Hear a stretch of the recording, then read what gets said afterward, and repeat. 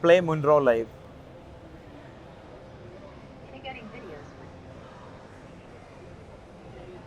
It's awesome. I like this system better already. It's perfect. Yeah.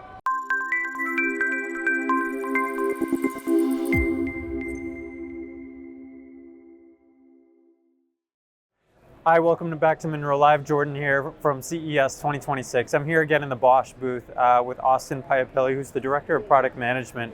And today we're going to take you through a cabin experience here that Bosch has been developing. And by we, I mean mostly Austin. And we're going to talk through what they're working on and how that's going to perhaps shape the future ways of, folks are engaging with their vehicles. So Austin, thank you for taking the time. Sure, let's take a look at it. Yeah, so high level, Austin, before we jump behind the cockpit here, what are we going to be looking at and what can we expect to see here? So we recently launched our latest platform, the AI extension box, which can make the existing cockpit more smarter with AI running on the edge. So traditionally all the cockpit ECUs have been running AI on the cloud, and then you pay for that extra workload, and then latency is another problem. Keeping the privacy on the cloud is not a great solution. Yeah. So what we are doing here is bringing all these to the edge, and we do it on a simple add-on ECU, which you can see there. And this will make sure that all the AI processing, what you do as speech and conversations, it's local. And then whenever it needs to go to cloud, it will be very limited, right? When you need your real-time information. If you ask for, let's say, whether is it going to rain in the next 4 hours, it need to go to cloud. It's not stored local. Checking your emails is in the cloud. But if you look for, we connect all the sensors in the vehicle and make it more AI ready. So the context in the vehicle, how many people are inside the vehicle, where all are the people sitting, what is the road situation, translating the road sign based on where you are in a different country. All those happening on the edge. Like if you do things like, if you ask things like, can you park between the two cars on the right? You cannot do it on the cloud, get it back, coming back and all. It needs to send an image and so on. We do all those on the edge and enable these functions to the end user as a reactive system and also being as a proactive system. Like if you are trying to do an automated parking in a street where the sign says do not park here, and let's say you didn't see it because you are distracted, or it was a different language because you're in a different country, the system acts as an assistant, and then it also enables you to be more smarter and make reactions better. Wow. So that's the whole purpose, and we have a small use cases which convey some of these pieces, and then we can have a look at it. Well, it sounds great. Well, I'm excited now. Let's jump behind the cockpit. Exactly. Let's see how it works.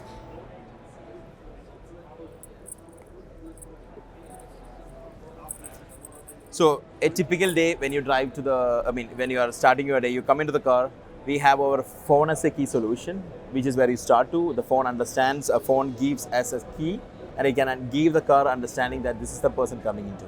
The typical situation could be, one car is being shared by husband and wife on a random day, there is no planned route or things like that. It understands by that. That is one technology. But at the same time, showing the boot up screen, the car is booting up, there is a camera there which can do face identification. And with face identification, we can identify the person who is sitting, adjust the contents inside. So I'm right now doing face identification. So it should not take longer. Typically, the environment is more easy, right? You have 1 or 2 people. Now we have 25 people. That's the reason actually when you do it. I'll just keep. So you have the typical buttons, you can use it as always, but the car needs to be more conversational when you are in a driving mode. Sure. So let's say in your morning routine, what you might be typically doing is going to the next place, right? So I'll do navigate to Starbucks. Plain use case. There is no difficult thing. It's like the normal conversation assistant. And then if I put in the case that, can you check my emails and summarize the last 3 emails for me? So it's conversational, but at the same time, now it needs to go to your emails. We collaborate with Microsoft. That is actually one more collaboration we do it. Yep. And then with that, we work with them closely with their APIs, getting the last 3 emails, which I asked. It can be last 30 emails or 300 emails. When you summarize, the longer the content, the longer the time, right? And it's showing the content. When do I have my next meeting? So now it's checking for my meeting, and then based on that, it's actually trying to see, okay, when you have your next meeting. Your next meeting is the Bosch CES AI extension platform.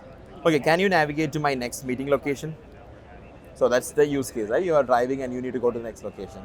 what else can you do? Now you need to do something on the way, you need to change something, get some food, and like this is a normal thing. So it's connecting the different agents. Like so far what you have seen is a central box Starting navigation. which is developed in collaboration with NVIDIA.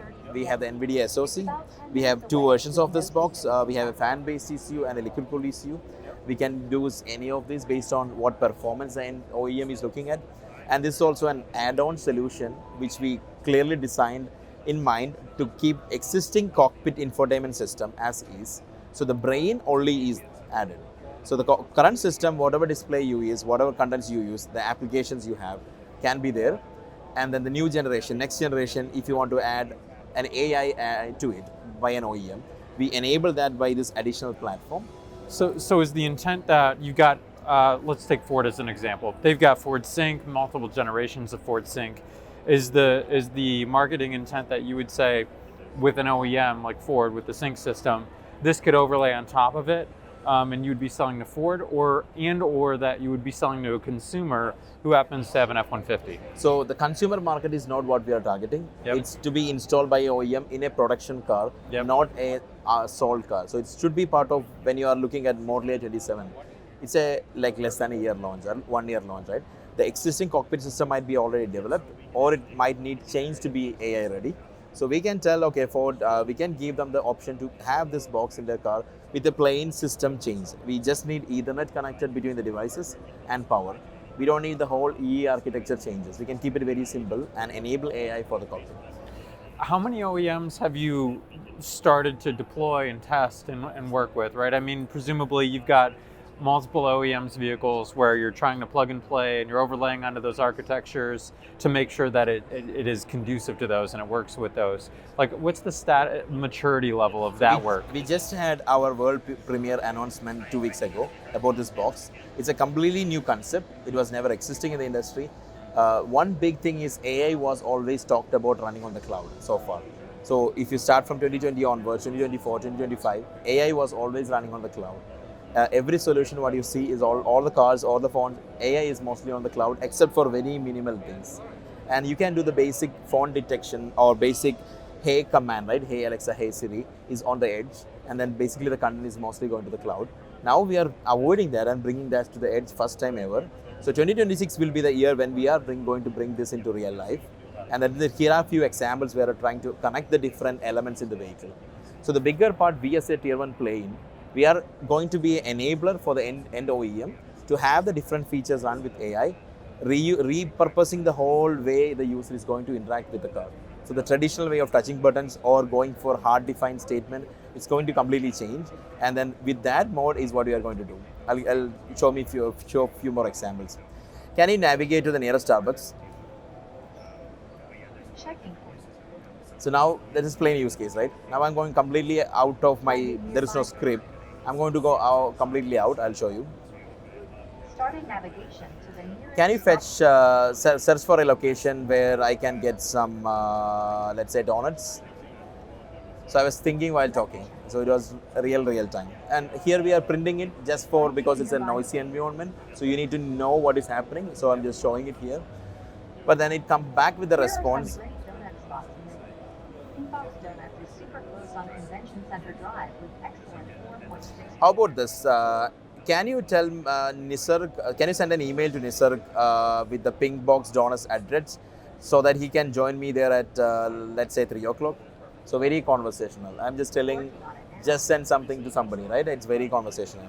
So if you see, it's reading exactly what I'm telling. The name is cast wrong, so I'll just repeat, but you'll see the data is coming there. Email sent to Nisa inviting him to join you at Inbox Donuts at 3 p.m. today.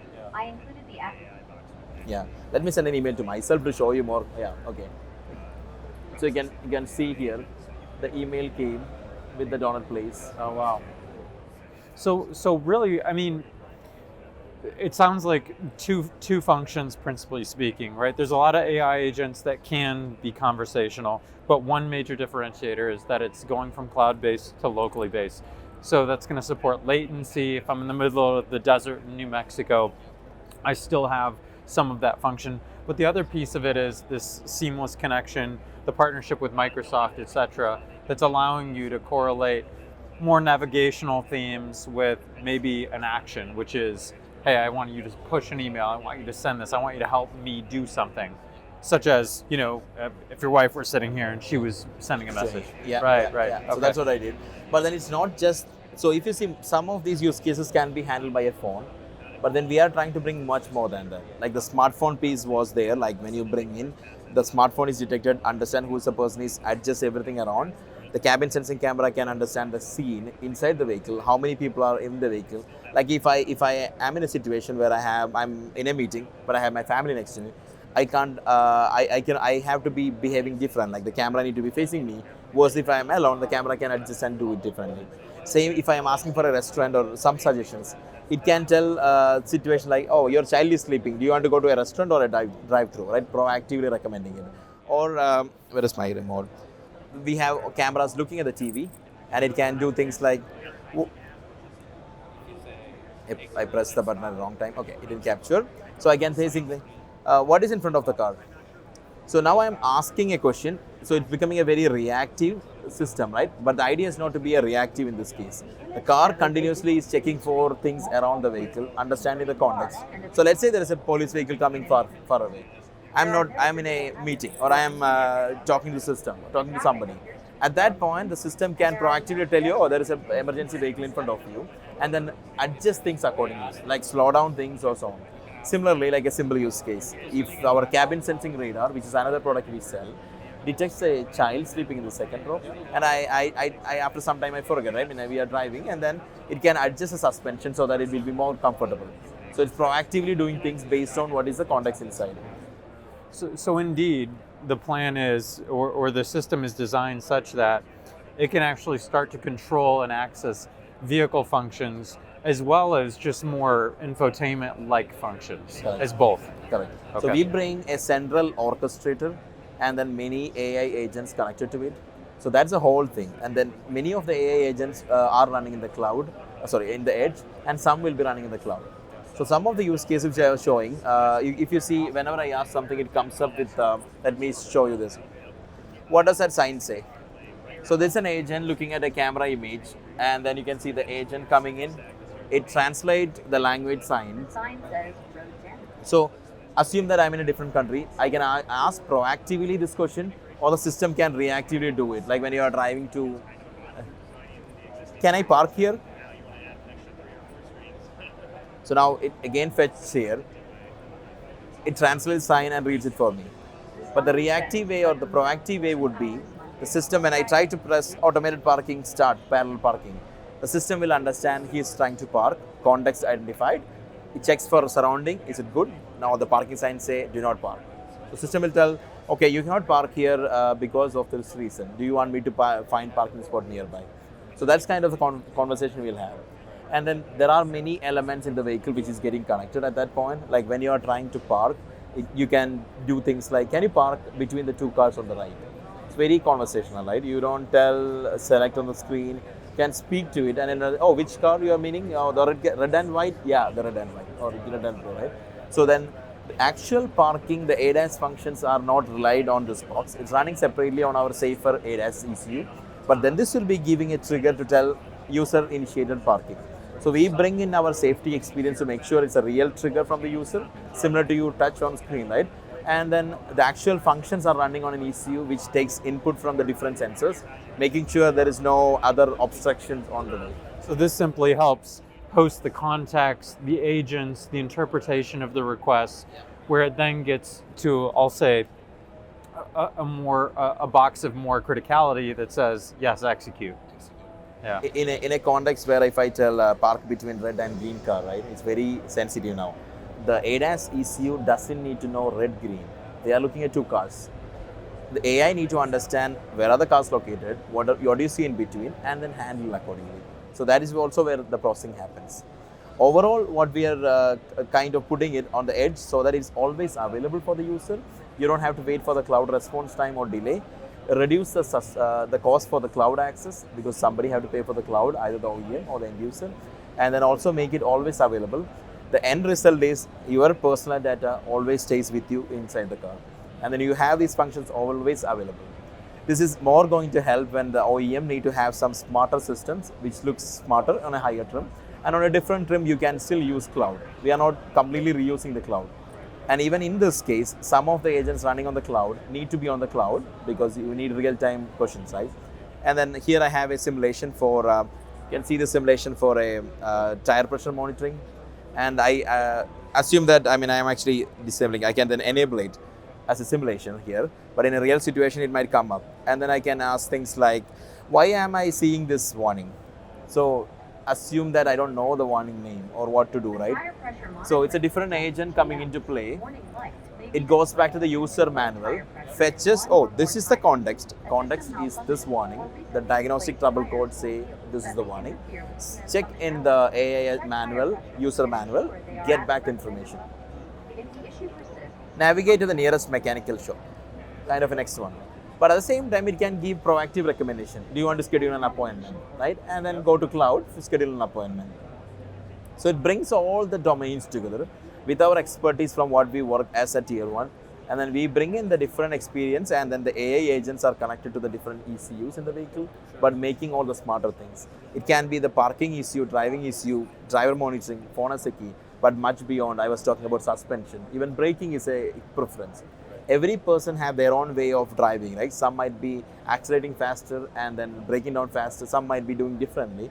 All these can be preferences which you might know about yourself or you might not even know. The car can adjust based on the preference and then provide, like, based on who is in the car, adapt to the situation. Like your typical driving habit might be completely different when you have family with you, right? You might, when kids are around, you might be more playing differently.